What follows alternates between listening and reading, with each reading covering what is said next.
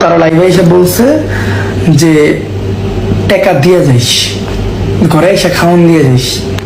তার মানে কথা দিয়ে কি বোঝায় যে তারা খাওয়ানোর জন্য ভিডিও করছে, বাচ্চা মারা গেছে ওই অবস্থাতেও, মানে খাবারের জন্য করছে। এটা বাচ্চা মারা গেছে, তারা এগুলা করে এই ব্যবসা করে খাবার খায়।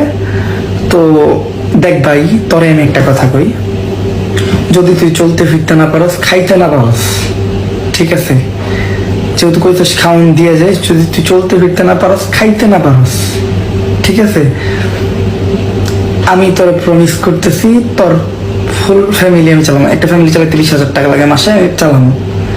তোর বউ ব্যবসা বাদ দিতে হইব, বউ ব্যবসা বাদ দিতে হইব।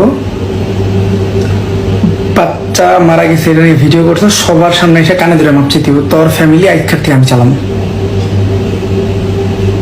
আজকে থেকে আমি চালাবো, ঠিক আছে। যদি তুই পারস, মানে আমার এই কথা যদি সহমত থাকো, তাহলে তুই পুরুষ না।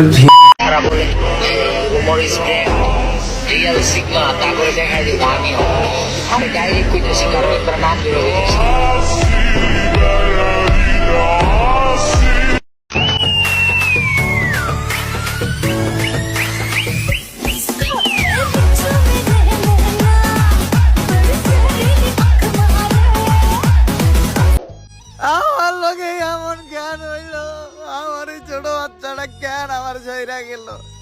তুই ক্যামেরা ধর, এই কান্দার একটা ভিডিও নে, ভিডিওটা চাললেই ভাইরাল হইব। ভালো করে নে, যাতে চেহারাটা ভালোভাবে দেখা যায়। তুই ভিডিও করস নাকি? তাড়াতাড়ি ভিডিও কর, কয়েকটা অ্যাঙ্গেল থেকে ভিডিও নিবি, তাও আবার স্লো মোশনে, সুন্দর করে এডিট করে ছাইড়া দিমু, সেই ভাইরাল হইব।